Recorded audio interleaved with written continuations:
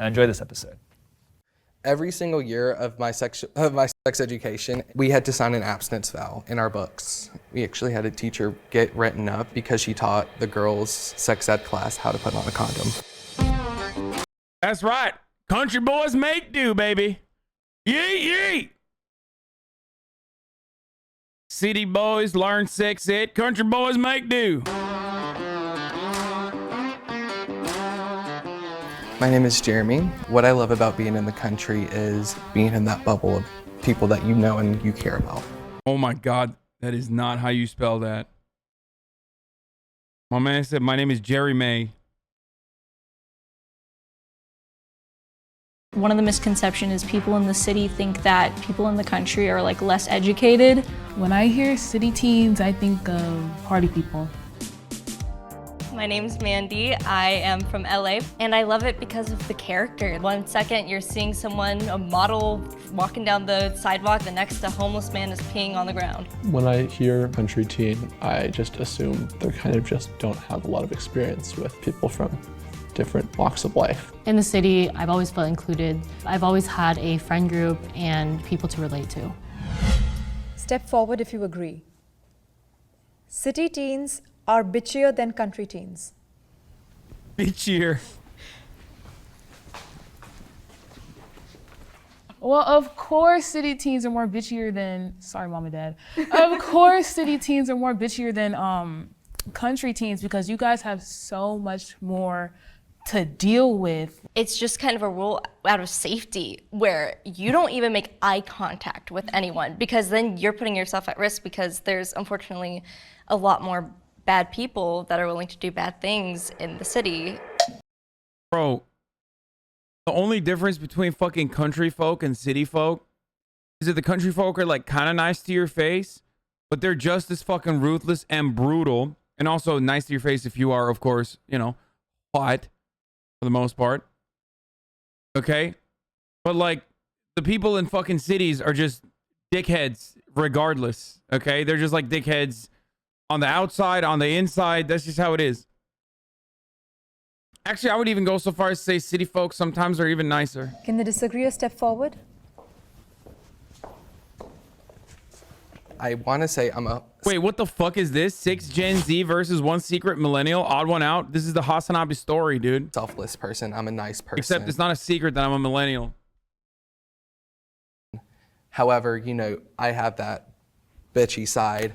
Me coming out as like a bitch is now just me making sure you know who I am and how I am going to run my things. In the city, like even just driving, everyone else is so like selfish and self-important where they're getting where they want to be, even if they're putting other people in danger. I almost had a heart attack this morning when so many cars, like especially like in the city, they'll just cut you off. The drivers, they don't care at all. So I'm like, okay, so no, you didn't wash this already. You washed this with fucking XQC probably, and you think you washed it with me. Dude, listen, dude. I lived in Level, dude. Level, big country, dude. Okay, there you go. Does that ring a bell, dude? Does that sound like? Listen, dude. It's normal. People learn more practical life skills in the country.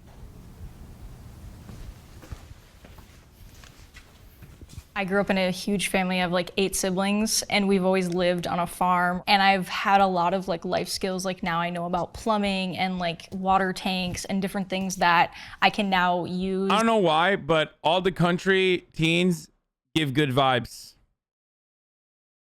Like they seem super chill. In like my adulthood, like now that I'm not living at home. My hometown specifically, the upstate South Carolina, is considered like industrial. So we like have Jeremy's a barb though, and he definitely canceled me. But also, you know, still seems chill, okay? But like definitely a barb, definitely runs a Stan account, definitely called me you know, a honky cracker and a racist, but still chill. a lot of factories. So they teach you a lot of very practical hands-on skills, woodwork, auto parts, auto body. In my opinion, AAA is not going to help you in the country. You have to learn how to, I had to learn to change my tire multiple times before I actually fully understood it. I don't know how to change my tire. I've never done it once in my life. My dad makes sure I keep a jack in my car just in case of that. Would you say it's more encouraged for you to do more of that trade stuff that you learn, or do they encourage you to say, hey, feel free to go out into the city and learn the technology? They give you the option, but going learn the technology. Bro, he lives in South Carolina, dude. Like, he's not.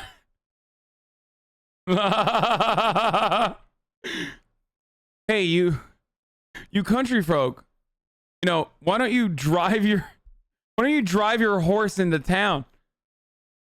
Like, he doesn't live off the grid, dude. He knows what Jubilee is. Look at his drip. Going into the workforce was always a good option for people who maybe couldn't have afforded it in XYZ and stuff. He's like, this is an abacus, okay? This is a way to do arithmetic. Like that. Yeah, personally, I've decided not to go to college at this moment, even though I graduated this past year. And I feel like I have enough skills to the point where I could get like jobs that don't require a 4-year degree. A big part of practical life skill is like human interaction. And I think in the city, you have a lot of opportunities to meet a lot of diverse people, different kinds of people. You have the ability to network. Well, would you consider that social skills or practical skills? I think social skills definitely are a practical skill. But I feel like in the city, That's pretty good. He says, stop shitting on mobile viewers is hurtful. That was funny. Good job, Slosh T. It's funny. You had to have waited for that joke, right? But like maybe like 2 minutes at least, because you are a mobile viewer. you learn skills that are also equally useful to living in the city. They're just not the same ones, right? Like one thing I think about a lot is Uber. Everyone in the city knows that if something doesn't work out, something goes wrong, there's always an Uber. Assuming you have money, there's always like an option, someone you. Do they think that like people in South Carolina don't know what a fucking Uber is, dude? I'm losing my mind right now. What is happening, bro? First of all, that's not a fucking practical life skill. The least you could have said is like, at least when you're in the fucking city, you learn like the routes, the bus routes, or you have a good understanding of how to get from point A to point B quickly. Whereas like, because of a lack of adequate public transportation in rural areas, like you don't get to learn that sort of stuff, and you only know how to fucking drive from place to place. But like, they still know what Uber is.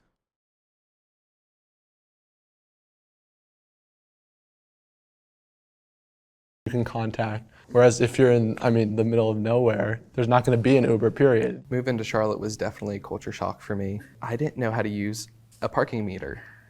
I charged myself 4 times on a parking meter because I didn't know how to use it. Would you consider that a practical skill? That's the question, right? Because what is a practical skill in now society? Is it knowing how to use a parking meter? Okay, I take it back. Jeremy literally lives in like bumfuck podunk nowhere. Never mind. How the fuck? What town doesn't have a parking meter, bro? Like, I've been to places in Oklahoma with like fucking 50 people living in it, in towns that are like super desolate, and they still had like some kind of parking meter. What the fuck?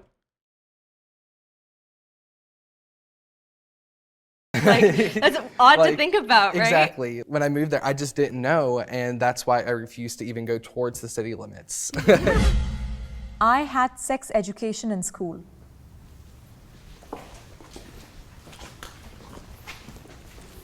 Every single year of my Damn, Americans get hella sex ed, dude. I didn't have sex education in school, but I grew up in Turkey.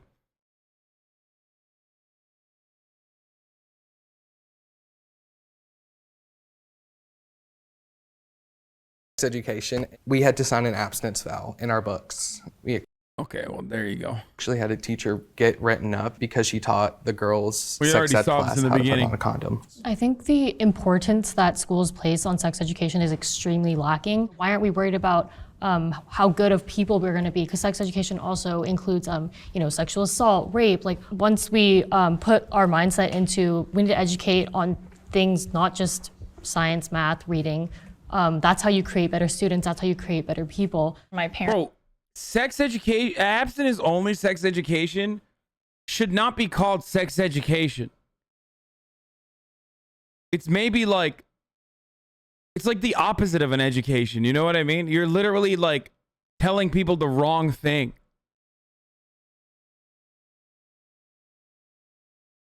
And there is no sex in it, even.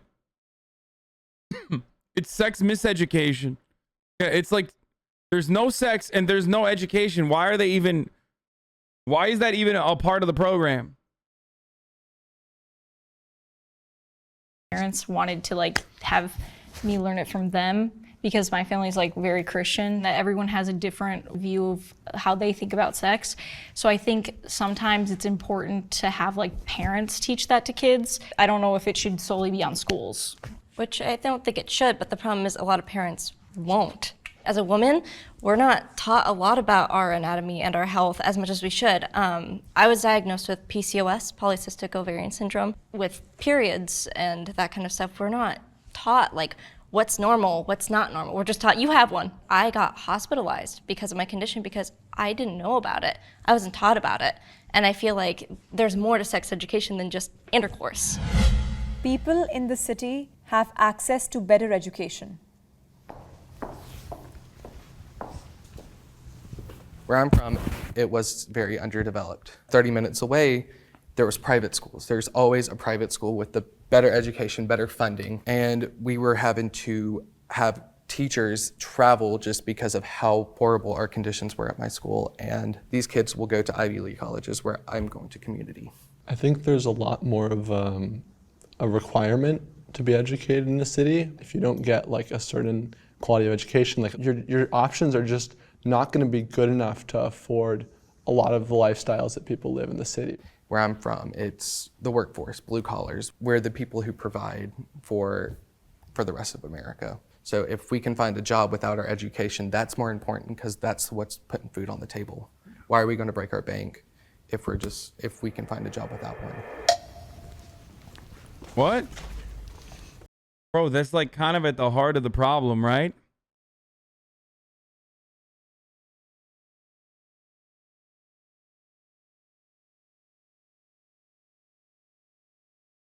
There's an area in South Carolina called the Corridor of Shame. Education is so bad there.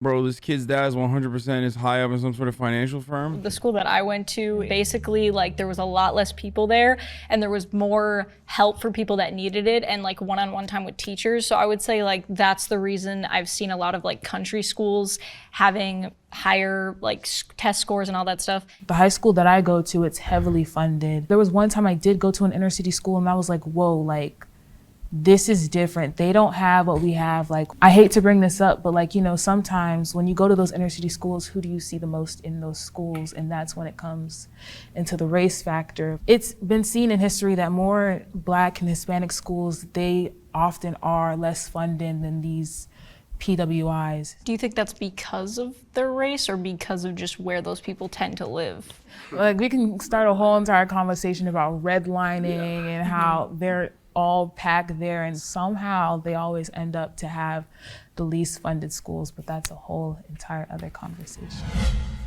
I have a diverse group of friends.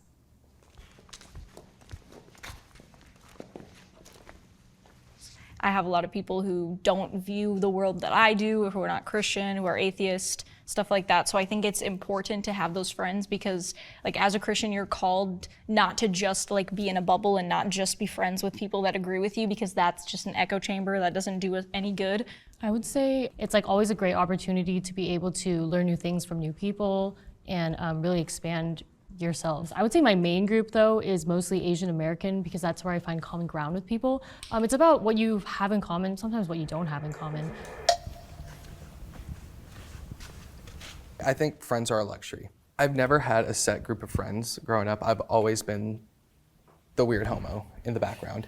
I was that token friend. I was the token gay. And it was never, I wanted to hang out. I just wanted you as my arm candy at school. Always the white girls just never want to hang out with me in public and always want to hang out with me in front of their friends. My friends are just the people I see at work or the people I'm kind of around because I know my boyfriend has a big friend group and I'm just around them.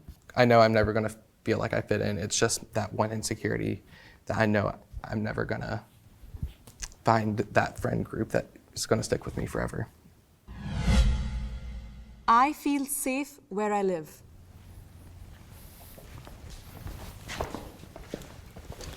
I'm a tall white dude, at least that's what people see. And like that's a huge security in the city. And I know I have friends who are not tall, not white, not dudes. Like changing all those three factors determines kind of where you feel safe and has a lot more to do with like me rather than just like my area or the city itself. Yeah, personally, like growing up on a farm and predominantly in the city or in the country, there's not very many like dangers. Like you can just be home alone at like age 10. No one's really gonna like bother you. A lot of people. Rule is safer, to be honest. We never locked the door growing up. Dude, I don't know how the fuck people say that, dude.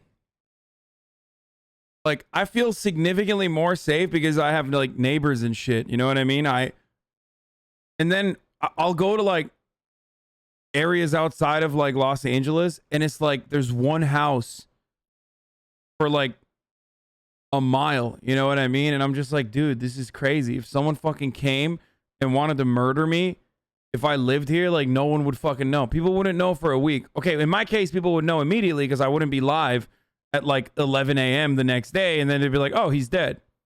He's not tweeting. He's not Instagram storying. He must be dead. Someone called the police immediately. But like in every other circumstance, I feel like, you know, you got no neighbors.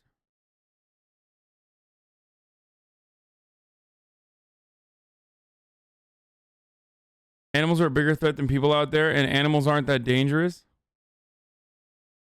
People have guns, so if people are not scared of other people, it's more like natural disasters or like animals or different things like that. I was talking with some of my family members and they were like, oh, now that you live like by yourself in the country, maybe you should get something like bear spray because that's more of a threat than someone like coming to the house and like trying to rob us. Yeah, I carry around a personal alarm with me wherever I go. I keep it in my bag because I want to be able to pop it open and alert everyone around me to be like, hey, I'm small and I might go missing. Like, I feel What? the need to have those things. Oh, what? Did you say an arm? Is she saying I'm armed and dangerous right now?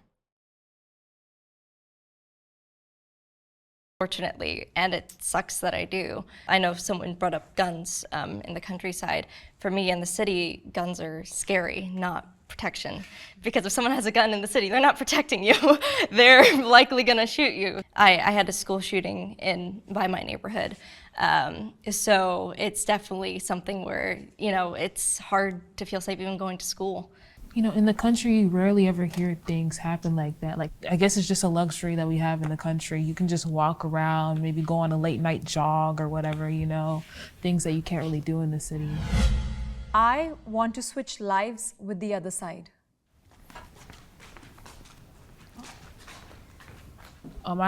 She's right, though. Like, first of all, concealed carry permits in cities like Los Angeles are very difficult to come by.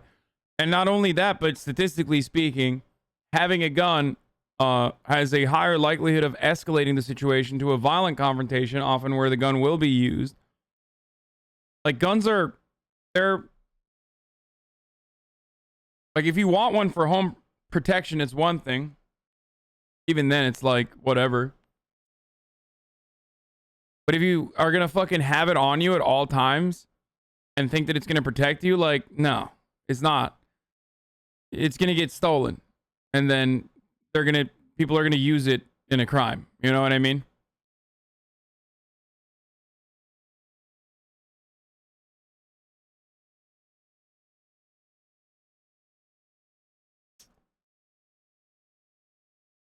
I'm not walking outside with an AA-12. My CCW permit cost me 2 hours of class time and 15 minutes at the Rang. Cost me $50. Seen what it's like to be in the city, and I feel like, especially in the city, there's like way more opportunities. I really wanted to get into, you know, acting and stuff like that. Like in Texas, you don't really see that much of that. There's always something going on in the city, which is great, but it also means, and there's always all kinds of different people, but it'd be nice to like spend some time just being in the country and figuring like stuff out for myself. I feel like I'm like literally the opposite of you. I want to change the pace. I want mine to be faster. You want yours to be slower. That's 100% not true. I've been concealed carrying my Springfield Hellcat for the last 2 years as law enforcement. Wait, what? What the fuck is a Springfield Hellcat? And bro, are you lost? Did you just compare like being a fucking cop to like the average person? Is that even the only Hellcat I know is a fucking car? Oh, it's this. It's a polymer frame striker fired micro compact semi-automatic pistol sold in the United States by Springfield Armory, manufactured in Croatia by HS Produkt.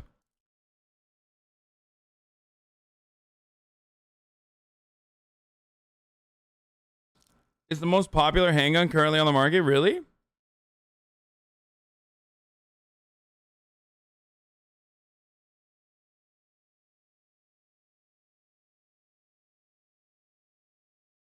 Main thing I have learned from watching him, I don't contradict Hassan. What?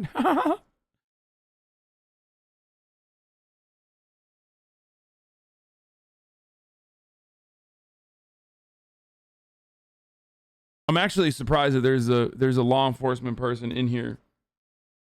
Must be new though.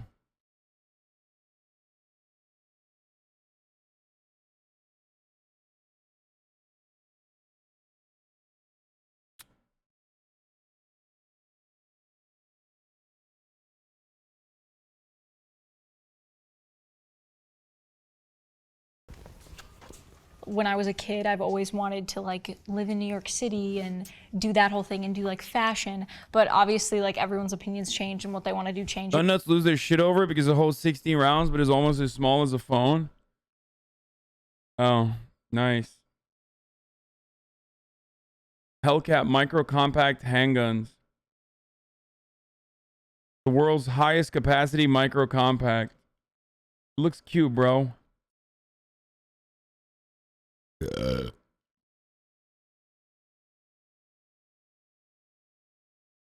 cute. Kind of weird to want a micro penis gun, but hey, you know, do you, I guess.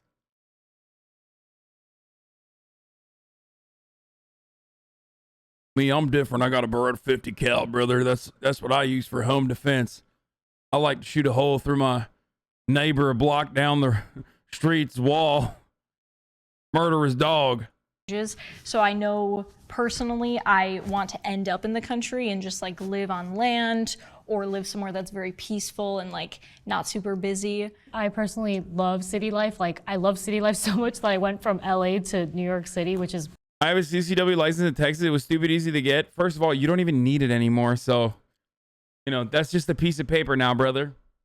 You literally do not need a concealed carry permit in the state of Texas anymore. So also the best CCW gun to carry isn't a Glock or a Hellcat. It's a Sig Sauer P365 XL. Very compact, but fits in your waist and doesn't print. Even more city than LA. I did live in Georgia for a little under half of my life, but just from personal experience, as like a minority, we tend to be less accepted where there's less of us. And when I lived in Georgia, there weren't a lot of Asian people. When I was a kid, like I would overhear people making fun of my mom's accent, my dad's accent, about how they spoke. To compare to where I live now, those things don't happen as often. I love my quiet life. I love living on the outskirts. I love just not having to worry about much but my bills. To me, success and happiness don't go together. If that's me living just where I am, what I'm doing right at this moment, that's okay. It was interesting to me with you guys both being minorities in the countryside, just seeing how you experienced being in the country, because I think it's a stereotype that, you know, there's a lot of people that are ignorant and bigoted in the country rather than the city. It's more accepting. I feel like all of us are more on the same wavelength than I think our parents had with, you know, people from different walks of life. Like if we were to meet again, the word country wouldn't come to my mind at all. Like at any point, it would just be like, you know, peers. Hasanabi's meaner to a 14-month subscriber than the cops? Yeah, because the cop is in here, probably new in here. He's eager to learn. Maybe I can change his fucking mind, change his perspective. 14-month sub has been in here for such a fucking long period of time that, like, you know, if you're saying dumbass shit, like, I expect the cop to say dumbass shit. He's a cop. 14-month subscriber, you've been in here long enough that you should know better. Be mean to me, I'm dissing your city. I don't care. Yeah, whatever. LA's not a real city. You got it, dude. Who cares, brother? It's 83 degrees and sunny right now. Like, I don't give a fuck, dude.